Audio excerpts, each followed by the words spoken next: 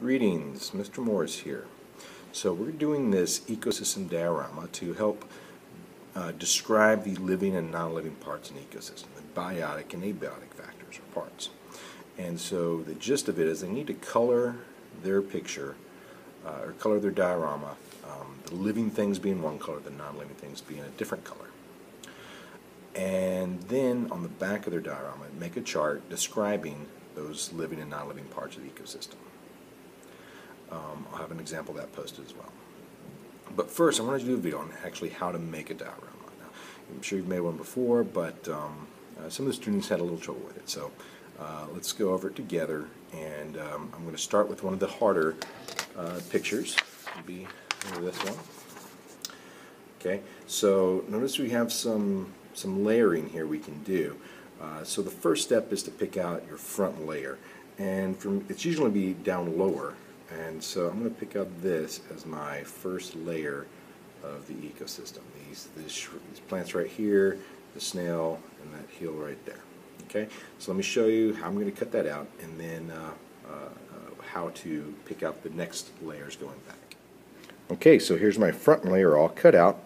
Now I'm not going to color it because I want the students to be able to do that on their own, but I have another copy of it, so I'm going to pick out my next layer, and it's going to be, I'm going to go ahead and include this fish in it, and it's going to be this layer right here, go around the fish, come back like that, and it's going to actually include all this stuff. So I'll show you what to do, because some of our foreground stuff is going to be in the next layer, and I'll show you what we need to do to compensate for that. Okay, so I got this layer all cut out. However, you notice some of the stuff that's in this first layer is also in that next layer. Okay, so I don't want to see any of this stuff in this layer. I only want the new stuff to be in it.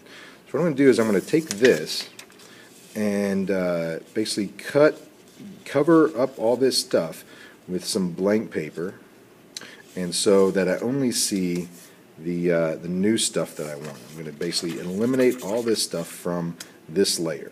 Okay, so I'll be right back. Alright, so I got my cutout made to cover up the stuff that's already in this layer, in my front layer. This will be my middle layer, and I'm covering up the stuff that's already in the front layer. Okay, like that. Now, another way to do this would be just to cut out this part and paste on a blank sheet of paper. So that's another different option.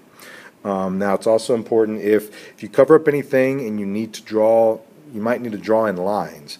I don't really need to on this, but I might get a Sharpie and draw an outline there of that hill just to make it continuous. Of course, when it's colored, I would just color all this my non-living thing color, and then it just kind of blends in.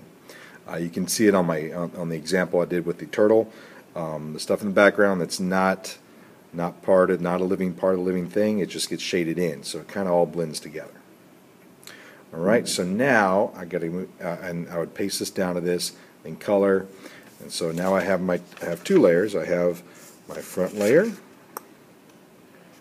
and my middle layer. Now I'm going to work on my background layer, where I'm going to have the other fish and the background water. Okay, so let me get that done. Okay, now notice my background layer. I actually cut off the bottom part, everything I don't want in the image. And now all I got to do is cover up these plants because they're already in the first layer, and cover up this fish because it's already in the second layer. And notice when I cover up this fish, I'm going to have to kind of draw this stuff in myself to complete the background. Okay, so let me show you the next step on that. Now, to cover the fish, what I actually did is put a sheet of paper and trace around it so I can get as close to it as possible to cover it up. So all I'm going to do is cut that out now and paste it on. Okay, now I cut out my fish, blocked him out of the picture. You can kind of still see through it, but when you color over, you really won't be able to.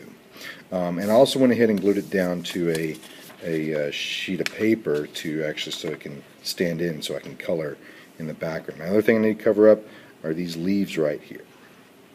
Okay, now, let me do that real fast, and then we'll just about be done.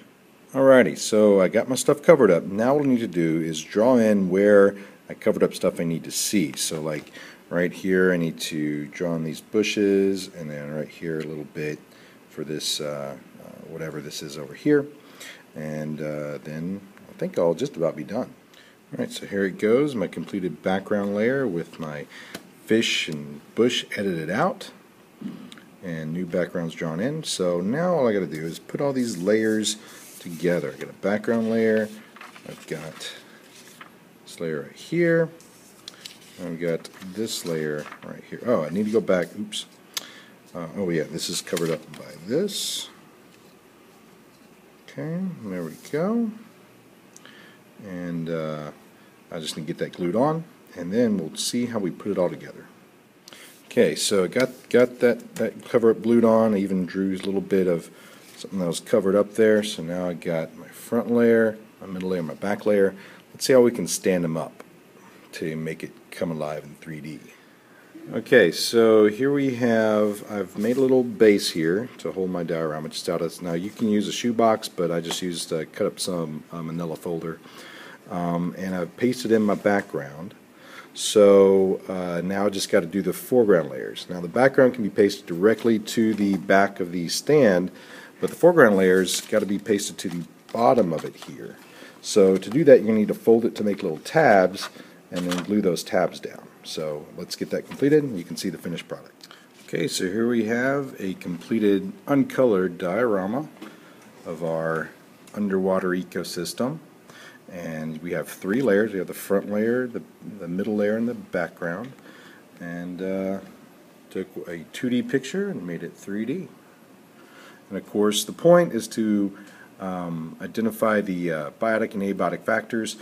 But this is a good exercise also in spatial reasoning, because that's something kids need to have too. So then on the back, all I would need to do is make a chart with the living and non-living parts of that ecosystem described, and I'd be done. Okay, thanks for tuning in.